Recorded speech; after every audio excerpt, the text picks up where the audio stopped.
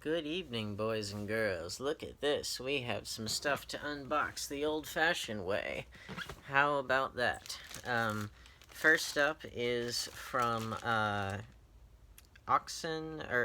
Banbury Oxen. It's the United Kingdom, basically. And we're gonna find out which one it is. Yes, this is the one I thought it was. It is the 1991 cult classic Drop Dead Fred, which I saw for the first time maybe a week or two ago.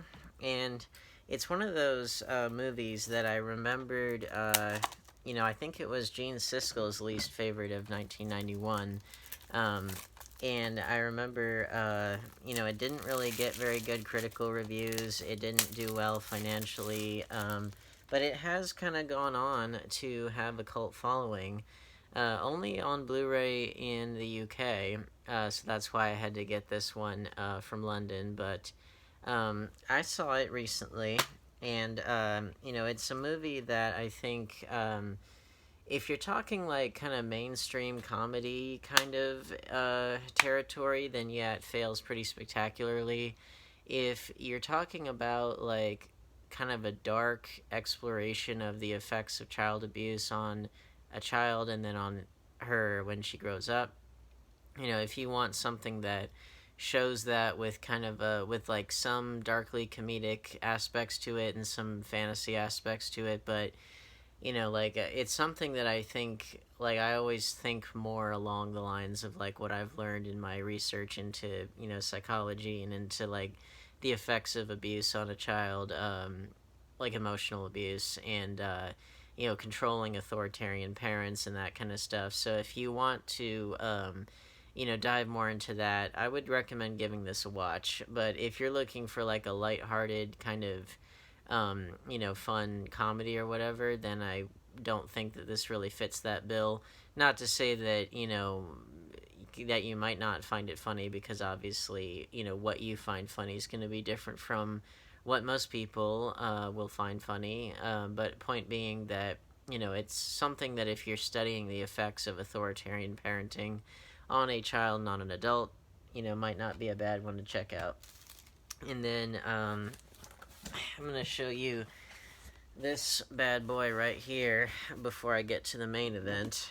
This one comes to us from Burbank, California. Good old Hollywood. And this is one that I used to have in the collection, and I had to sell it back during the Great Purging. And I'm very thankful to have it back in the collection, because it is quite simply one of the greatest films ever made. Actually, it's got the original version of this film in addition to the more well-known remake, and I just got these little fucking packing peanuts everywhere. Don't you hate those? I sure do, because they get everywhere, and if you have pets, they might choke on them and die. It's no good. Why do people make them? I don't know. Anyway, what could this film be? It is both the 25 version and the more well-known 1959 version of Ben-Hur, all in one beautiful package, which has a little bit of a tear, but, my old copy was actually in worse condition. But yeah, this is such a masterpiece of a film. It won 11 Academy Awards, including Best Picture, back in 1959, and to this day, it ties with Titanic and The Lord of the Rings: The Return of the King for most Oscars won by a motion picture. And it's well deserving of it, because it really is that good. It's about Judah Ben-Hur, a well-to-do Judean during the time of Christ, who basically through circumstances he kind of gets sideways with an old friend of his who is a Roman, and he basically gets framed for murder, and he is forced onto a slave galleon. His mother and his sister are slaves, and then eventually we find out that they have leprosy at a time when there was no such thing as antibiotics or anything, and so he has to crawl his way back to get his revenge, and all of this, of course, intersects with the life of Jesus, because again, it goes on at the same time. So you got, a fictional character with a real person, and you got their various pathways through life, and how they compare and they contrast with each other. And is this upside down? That's weird. Huh. I don't recall my other copy being like this. Okay, so there's the cover, but I think my copy was printed upside down. Look at that. Because look, see, there's that. And this should be right side up, but it isn't. So, okay, they must have fucked up with how they made this one, but whatever. But yeah, it's, of course, this particular version of the film, the 1959 version, is mostly well known for the chariot race scene, which is spectacular to this day. No CGI, no trickery, no nothing. They were really racing those horses around a good replica of the Colosseum. Was the Circus Maximus, was that after, Julius Caesar, after the time of Christ? I think it was. I can't, correct me if I'm wrong on that, historians, but it's the the iconic chariot race, but I mean the rest of the film is just so damn good. I mean, it's one of Charlton Heston's best films by far. I mean, one of the many great ones. This is so weird. I can't get over that. So there's the cover there, but then you have to flip it upside down. They must have misprinted this. But anyway, William Wyler production, which I'm so glad that in this particular set, the big 3-disc edition here, I'm so glad that they included the original 1920... Well, not original. There was like a 1910, 1911, something like that. Could have 1912. It was something. It was one of those years. But there was an original version of Ben-Hur, which was really like 10 minutes. It was basically just the chariot race, but it was done on like a beach. And obviously like really early, we would even call it like a proof of concept today. But again, that was the really early days of cinema. Someone like a D.W. Griffith he was kind of the exception that proved the rule as far as like these big sprawling epics like Birth of a Nation, like Intolerance, things like that. That was not the norm. So back then, that original version, that was more like a proof of concept or a short film. And then the 1925 one, which thankfully is included on here, and I'm so glad it is. That one doesn't really get talked about, but I think it's just as good as the 1959 film. The 1959 film, of course, is in widescreen, it's in color, it's got sound, it's got a lot of the luxuries that a silent film doesn't have. But that being said, for a silent film, the scale is huge.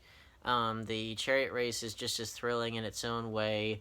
The climax goes off in a different direction than this climax does. And in all fairness to that 2016 version that I don't really like, they kind of went off in their own direction, so it wasn't the exact same movie or anything. They all have their little differences, and they're all worth checking out for different reasons. And this is a little replica of a journal that I guess Charlton Heston kept on the set, and it looks like this one is printed right side up. That is so bizarre. I don't get it. But anyway, yeah, it's a masterpiece of a film. You have to see it if you've never seen it before. This should get a 4K at some point.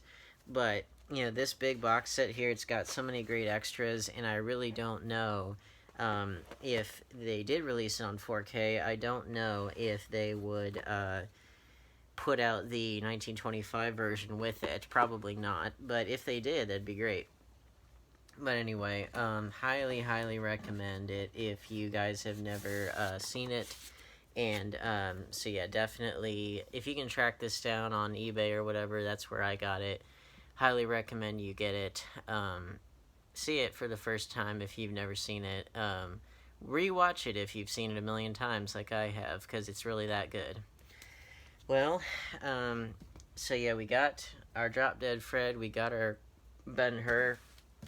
Now, what is in the main event box here? This bad boy comes from Kino-Lorber, that's right. They were having a Shocktober sale on their website where they were having some pretty insane price drops for a lot of stuff that is normally quite expensive. Now, I have to admit, I bought way too many things off of that sale, but I was also like, well, if I don't, then, when else am I going to do it? Because Kino-Lorber ones are at least $20 usually on Amazon. And so these ones were like $10 a piece, or sometimes less. There were a few that were like a little bit more, like maybe 12. But point being, it was a good time to do it. I did do a second order, so I will do a part 2 of this one, but I have no idea when those will arise, or when those will arrive, because all of them in the second order, they were all ones that were out of stock, and what they said on the website was that if you ordered ones that were out of stock, they would not separate out the orders, and they would ship it out when all of them were back in stock. So if I did not separate out the orders myself, then they could have arrived who knows when. So there will be a whole other separate order, and I just have no idea when it's going to come. So I tried to separate them out into, ones that were in stock versus ones that were not. Anyway, after that long preamble, let's dive into these bad boys, shall we? So, first up, we have it was a collaboration, I guess, that they did with Something Weird Video, and that contains, well, it's volume 2 in their Forbidden Fruit, The Golden Age of the Exploitation Picture. So yeah, it's volume 2 of that, and it contains Reefer Madness, the very infamous anti-marijuana propaganda film from 1936. It's a public domain film. And then I assume the other one is too, called Sex Madness. I haven't seen either one, but I have seen plenty of footage from Reefer Madness, plenty of reviews of that film. Because it's public domain, because it's so kind of infamous for how not only sensationalist it is, but how just factually wrong it is about marijuana as a drug. There you go. So it's got the devil right there. And we got the two films on one disc there, which I really wonder how good the restoration is on these, because they're public domain, but they also, I'm sure that whatever prints they do have are probably heavily degraded, but I don't know, because we got, it's a collaboration here with Something Weird, and they usually release films that are, like, the weirdest, most obscure movies that have ever been made, and so they're probably going off of, like, the one good print that exists, and good is kind of a relative term. And then you got, obviously, Kino-Lorber, and they're used to dealing with, like, tip-top, especially with the Kino Classics line. They'll do beautifully restored versions of, like, The Phantom of the Opera from 1925 and, Fritz Lang films and stuff like that. So it's an interesting meeting of the minds there.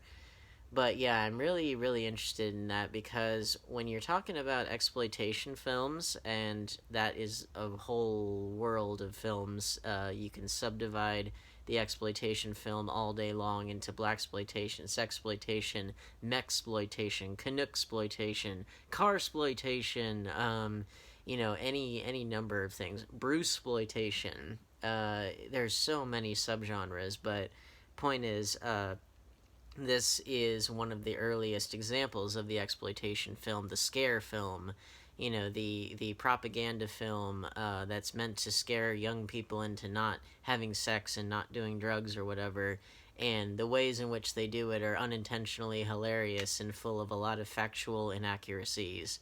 Like, for example, like the deadly reefer will make you all manic and active and criminal and all that stuff, except that in real life anybody that's ever smoked pot will be incredibly inactive and not want to move around fast. It slows you down. It does not speed you up.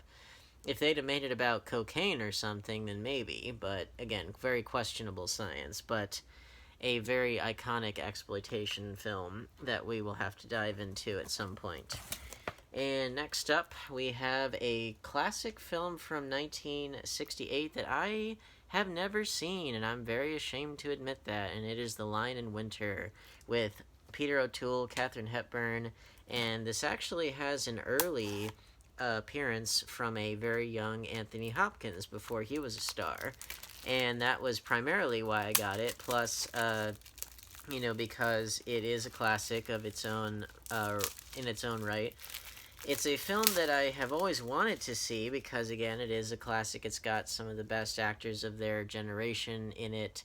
Um, and, it's a film that I never did see. I would have probably seen it when I was a kid because, I was used to all the great period epics and period dramas from, the 60s and 50s and older. I was used to all of those. But this one I'll never forget it. So I was homeschooled when I was a kid, and we did it through a Catholic homeschooling organization because we were Catholic at the time. And I'll never forget that I saw I was sneaking through one of the books that they gave you for whatever guide, I don't know, guiding it or grading whatever. I think it was for history, English history specifically, and they were saying to kind of proceed with caution if someone were to watch this movie because it has a reference to homosexuality. And again, this was Catholic organization. This would have been late 90s, so again, it was still very kind of taboo and stuff. And that's how I figured out what homosexuality was, because I asked my dad about it, and he told me. And I was like, huh, because my brain couldn't really conceive of it really at the time. And of course, it would take many years to really fully understand the full scope of what all that meant. And of course, our knowledge of that and the people's ability to express such desires freely and all that, it's only gotten more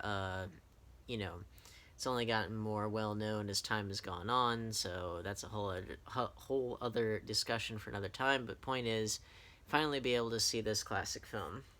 And then we got 1 million years BC with the very, very voluptuous Raquel Welch, who has to be one of the most beautiful women who ever lived. I think that's a pretty common consensus. Plus, she and Jane Fonda both aged incredibly well. They holy crap, have they aged well.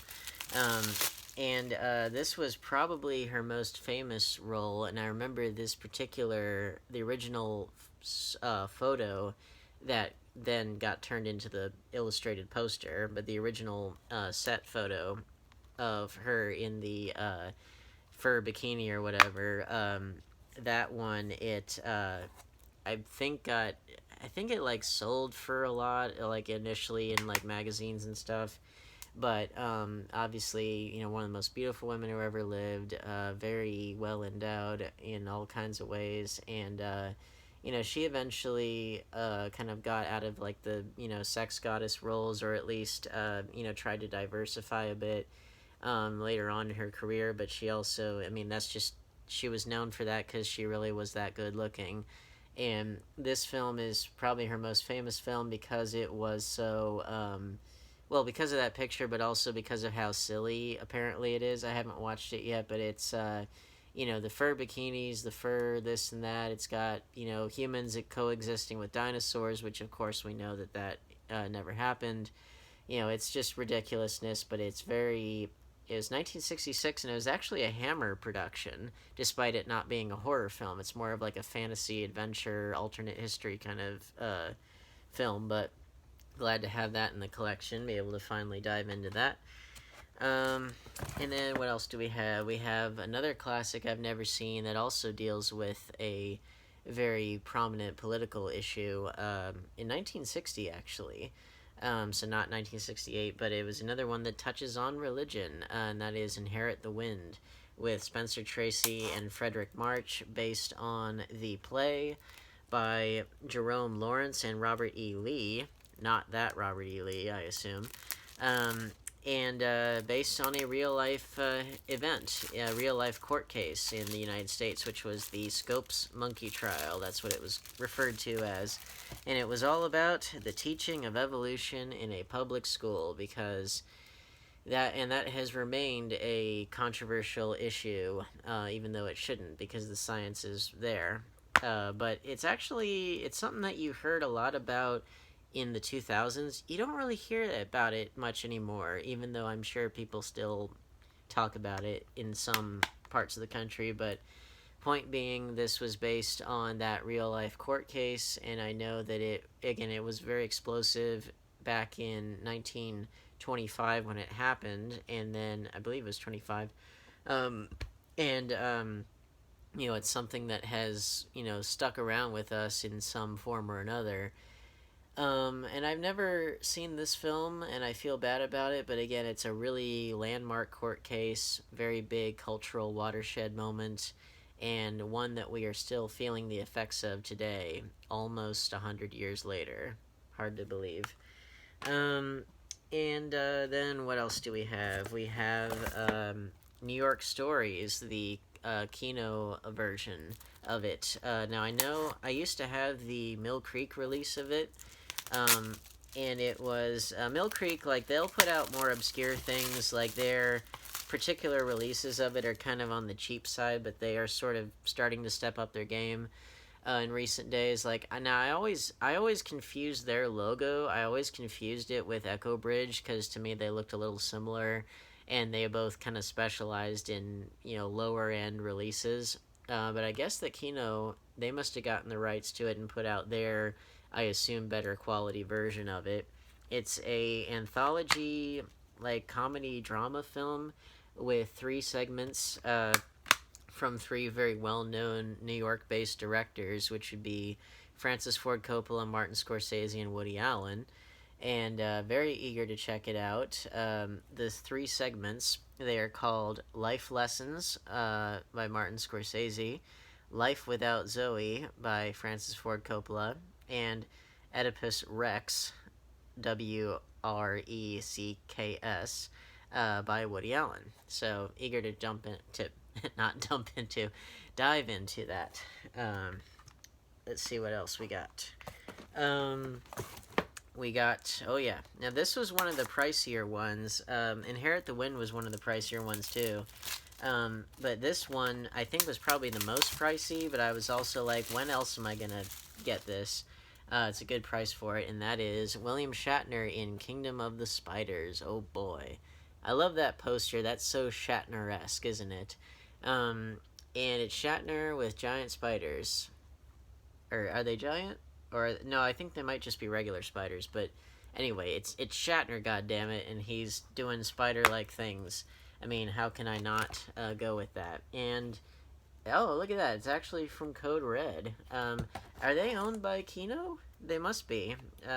Otherwise, they wouldn't be able to sell it on their website. Yeah, it says Code Red. So, okay. Well then, hold on. No? Well, okay, so tell me, is Code Red, are they owned by Kino? I don't know. I really don't. I mean, I got it off their website, so I assume that they are, or they have a deal with them or something. But yeah, I have a few other Code Red movies. Like, I have a lot of cannibal films that come from Code Red. Does it have a slipcover with it that should come with it? I really don't know. I just, it's Shatner with spiders, and he's looking all Shatner-esque. I gotta do it. Just gotta do it. And then, what else do we have? We have, Terror Train, put out by, it says Scorpion releasing. Well, now I'm getting all confused, because, see, I always thought that there was just Kino and that was it. Am I going crazy? Maybe I am. I know I am. But this one says Scorpion releasing. I know that there was an older version of it put out by Scream Factory. It was one of their earliest releases. I think it's super out of print. It's hard to find now. And this one, they re-released it. I guess that Scorpion releasing, they must have gotten the rights to it or what. And it's got this kind of Groucho Marx-esque looking killer with the mask there, and It's a slasher film from Jamie Lee Curtis's slasher period. After Halloween. So yeah, there you go. They're messing with my head. I don't know what I got, and I don't know where they're from. Next up, we have Murder by Decree, which, if you guys are familiar with the YouTuber Rob Ager, who does collated learning, and he does, he has that channel, and then he's got his own Rob Ager channel. He mentioned this as one of his top 25 favorite horror films, which I guess you could call it like a horror thriller, or just a thriller or whatever, but this one is Sherlock Holmes versus Jack the Ripper. And I don't believe that's the first time that they have actually been paired against each other, because Sherlock Holmes is obviously a larger-than-life, fictional character who is in the public domain that anybody can use. And then, of course, Jack the Ripper was a larger-than-life serial killer or killers. We don't really know, because no one ever identified who Jack was. But anyway, I heard really good things about this particular film. I know he was a big fan. The poster's really cool. I've heard it's really underrated. I wanted to snag this up when it first came out, so now I got it. I tried to get a lot of stuff that I hadn't seen and had always wanted to see. Because that's always a good thing to do, especially when it's these movies that are otherwise rather pricey. Now this is one of my favorite films of all time. This was up there as one of the pricier ones, but it was so worth it. I am flabbergasted that more people have not seen this film, and that is Judgment at Nuremberg. Why do I love this film so much? Well, it's about the Nuremberg trials, which, look at this, we got another one that's based on a famous court case, but this one about a famous international tribunal case. Was it a tribunal or... Yeah. Point is, famous international court case about trying Nazi war criminals. This took place in the post-war... Was it in post-war Berlin? But it was basically in the direct aftermath of World War II. Back when... the various powers of the Allied forces, when they were, and communist Russia, the Soviet Union, when they were in the midst of this particular place trying to figure out what the heck to do with these lands that the Nazis had taken up, that they had swallowed up and had conquered. In the midst of all of that, and in the midst of having, liberated the concentration camps and having, come to grips with just how, 6 million Jews and millions of other people killed in concentration camps, in the death camps, and also just millions more than that on the battlefields of, the Western, of the European theater, not to mention the Pacific theater. It was a mess. To put it mildly. But point is, with the Nuremberg trials, you had, these people that were Nazis officially, or Nazi sympathizers, whatever, had them on trial. And what's so great about this is that, well, it touches on, obviously, the real-life Nazi atrocities that went on, and of course the people who stood trial for it, for those crimes. And what I really love about this film is not only is it exceptionally well made, well directed, beautifully written, I mean, it's about like one of the most serious events in human history. Not only that, but I think it touches on a lot of things that people in our kind of privileged position of knowing how the story ends, knowing who wins the war and what the consequences of everything, knowing all of that. We come from a very privileged position of having seen the end game. People at that time, and at any time in history, nobody can ever know the future with 100% certainty. And so, when you're talking about Nazi Germany, for example, everyone's like, oh, people could have done more, they could have done this, they could have done that, because, again, they know the outcome. At the time, keep in mind, you had a lot of people, most of, Germany at the time, falling under their spell, and you had a lot of people in the United Kingdom and in the United States who were Nazi sympathizers, at least initially. They were like, or they thought, oh, that Hitler, he's just a loudmouth. He's just a this or that. He won't really do all that stuff. Or, oh, we can negotiate with him, like a Neville Chamberlain. All this stuff, like a lot of people in kind of willful denial, and people who just outright supported what the Nazis believed, in our supposedly civilized, enlightened countries.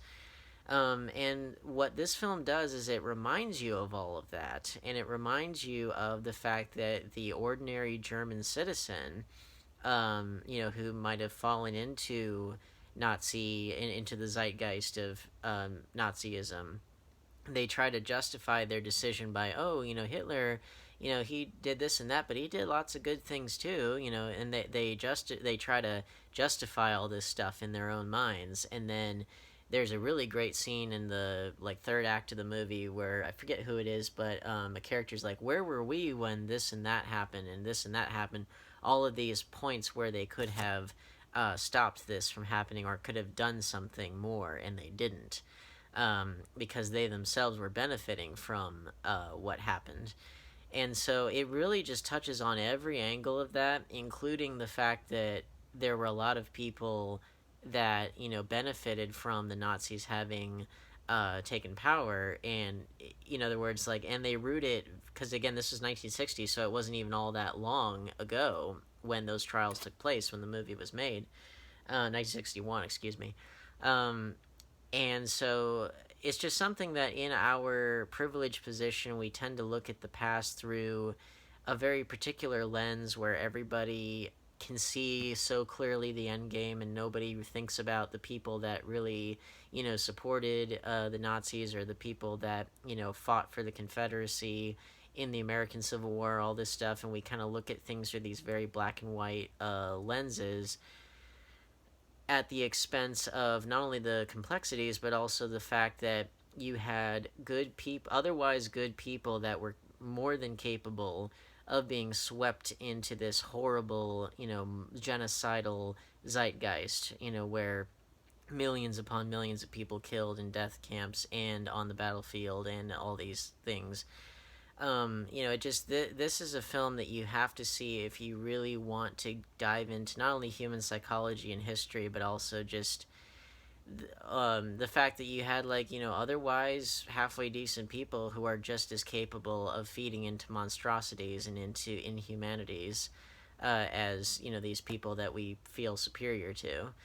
And I actually, William Shatner, again tying it all back, William Shatner actually, pre-stardom, he was just kind of a little bit actor at that time.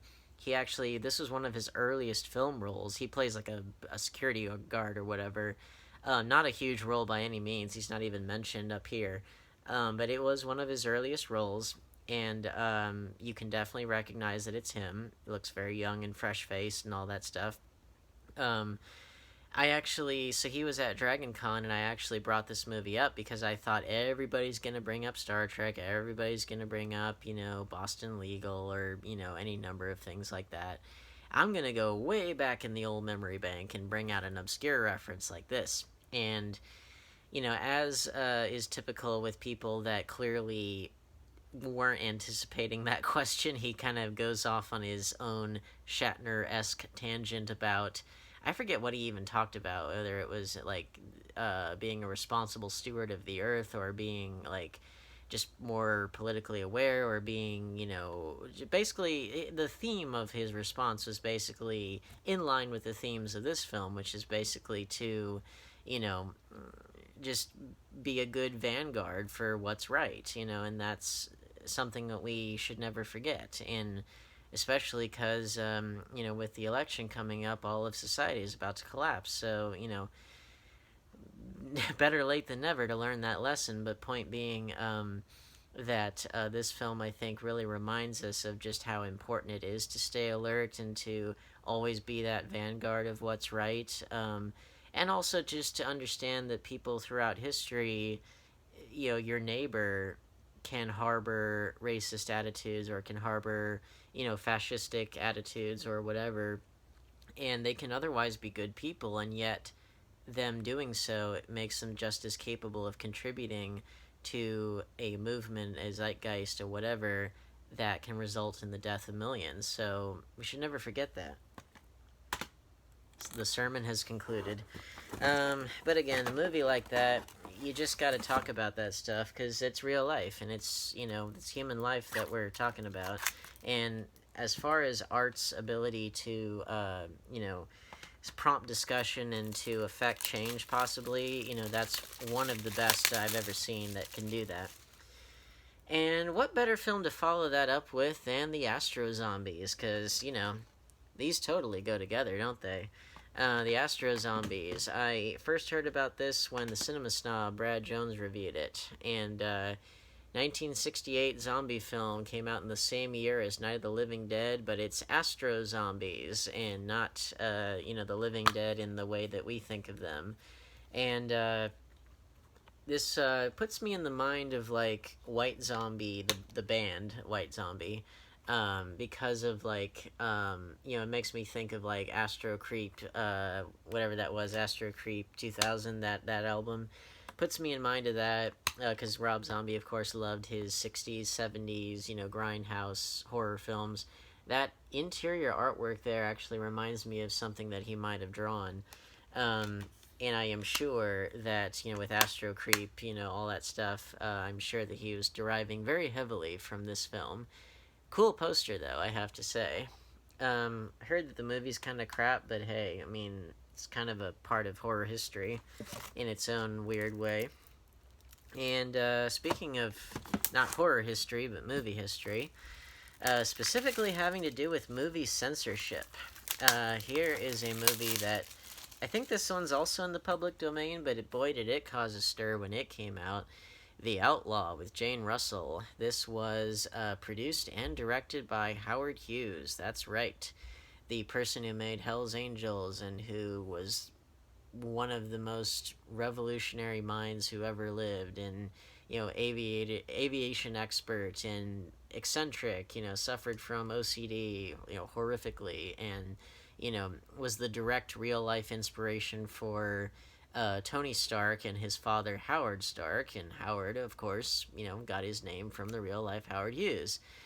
There will never be another Howard Hughes, I don't think. I mean, we got our Elon Musks, we got our, Bill Gates, Richard Branson, all that. There's only one Howard Hughes, and there only ever will be one Howard Hughes. Because nobody else could ever do what he did in the way that he did it. And up to and including designing a special bra to with all kinds of, like, really sophisticated mechanical engineering, that kind of mind that went into, making the planes that you and I use every day to travel, prior to the coronavirus, of course. That kind of mind went into designing a special bra to highlight Jane Russell's rather supple figure. And boy, oh boy, did he get in trouble with the censors. And yet, he, as is documented in Martin Scorsese's The Aviator, great film, he had to plead his case, and basically he was able to release the movie the way that he originally conceived of it, but it sort of had this, dirty movie reputation to it. Because keep in mind, this was 1943, the Hays Code was very much in effect, and yet he was able to get away with this, and he made a star out of Jane Russell. And this is a Western, but I think that little story about the movie kind of often overshadows the film itself. But needless to say, Jane Russell became quite the sex symbol because of this. Howard Hughes, he definitely had the eye for the ladies, that's for sure. Having made quite a few starlets, like Jean Harlow. And he discovered her for his movie Hell's Angels, which I still haven't seen, and I need to see if there's a Blu-ray of it. I know that it was quite revolutionary for its time. The aerial dogfight sequences and just how violent it was and how kind of edgy it was. It was a massively budgeted, many years in the making independent film, which again at that time was unheard of.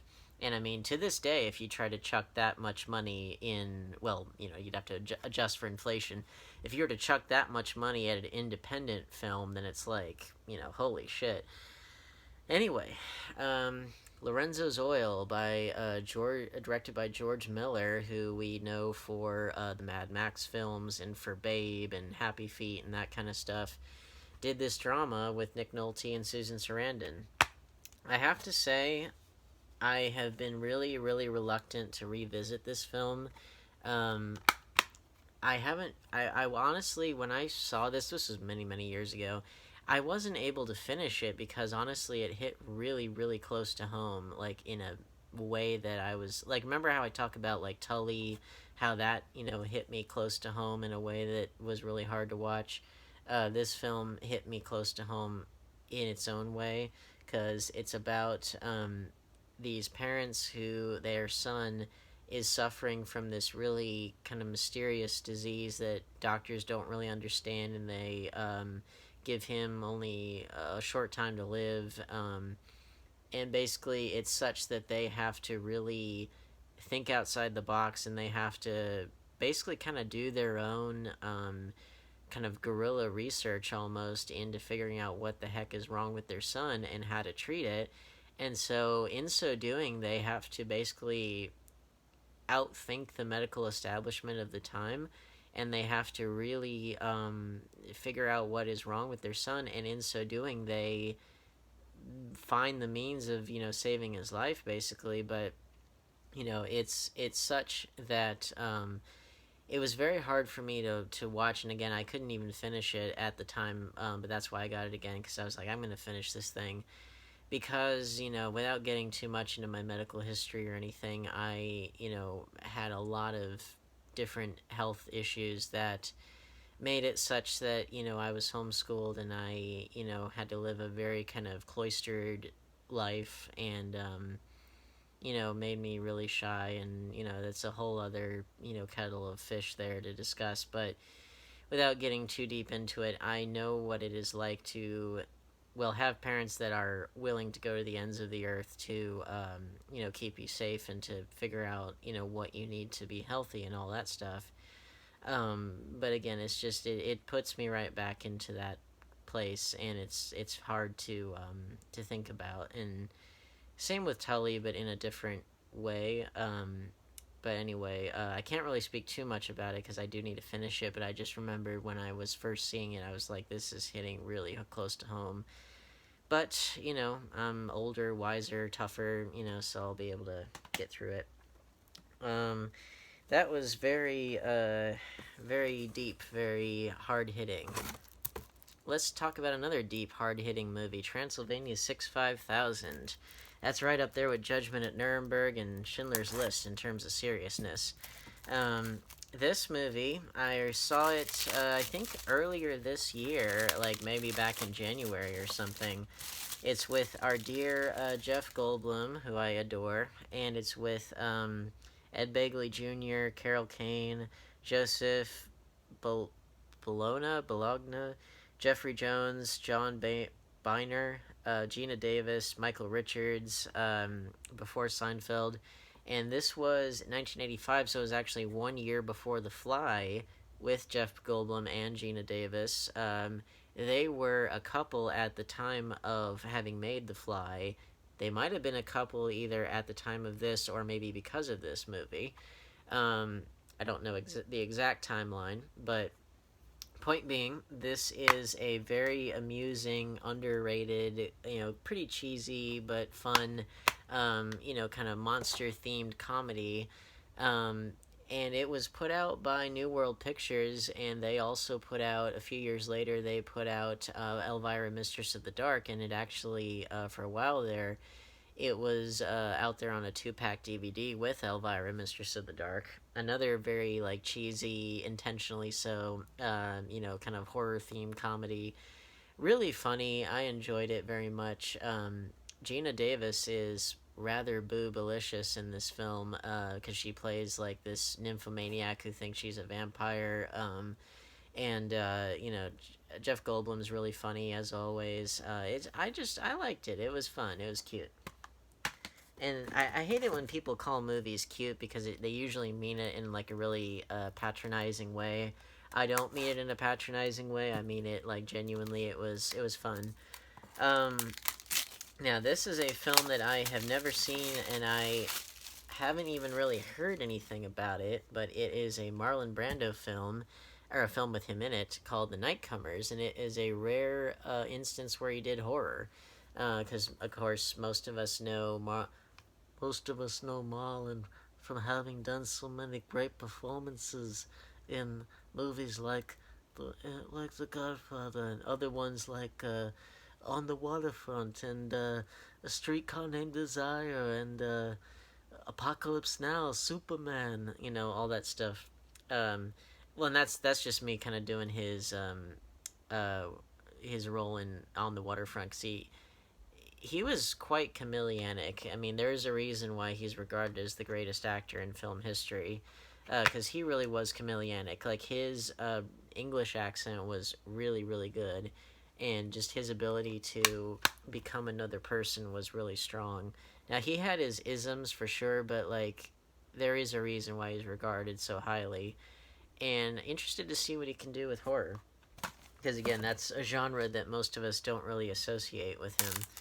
Um, and then we got an epic film that I have not seen to this day, and I remembered hearing all about it because I know that it was one of my dad's favorite movies growing up, and that was The Vikings with Kirk Douglas and Tony Curtis, Ernest Borgnine, Janet Leigh.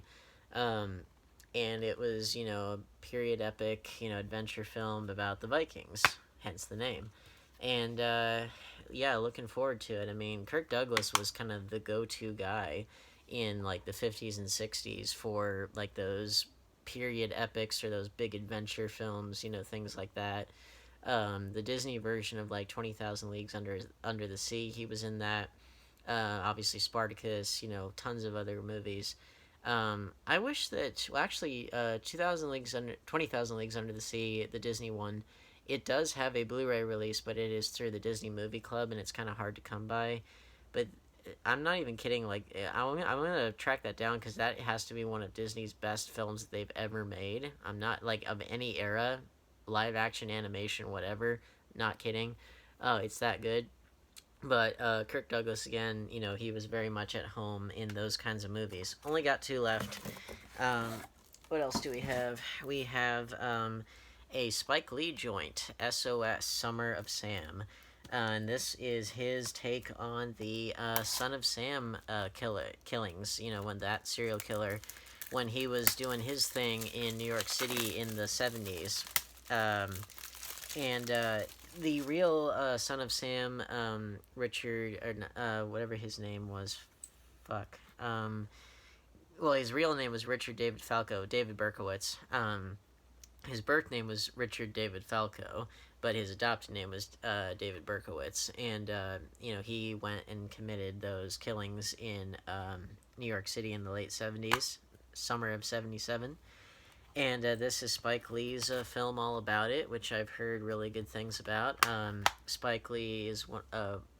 I think he's an amazing filmmaker. I've always liked his work. I got to speak to him at my school, at UNC Chapel Hill, where I went to school. I got to speak to him, which is really cool because he was, doing not a panel, like a 1 hour, Q&A kind of thing on stage.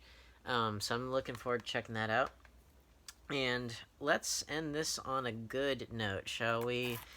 We might say a note for which, we could say that we had a good time or we had good times.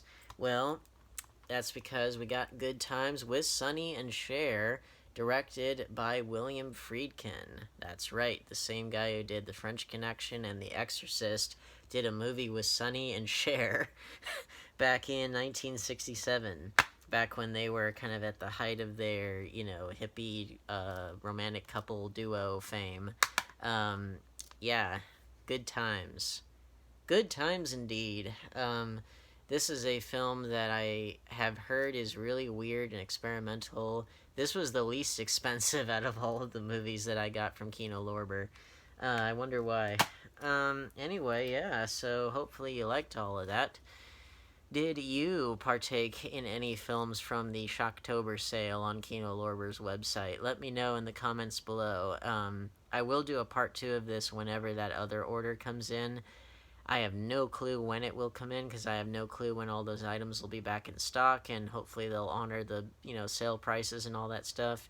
But yeah, if you like this, then please like, share, subscribe, hit the bell icon, set phasers to stun, warp factor 5. I am going to try to clean up all of these, all this shredded plastic and all these packing peanuts so that my non-existent pets don't eat it and non-existently die, even though they don't exist. And I'm going to put these bad boys on the shelf and try to organize them. So yeah, I will see you in the next video. And one more note, so you remember Ben-Hur, well, there's a certain other Charlton Heston epic masterpiece that has a massive box set like this that will be coming in the mail soon. I will let you know when it arrives. I think probably tomorrow. But yeah, stay safe everyone, and yeah, I'll see you soon.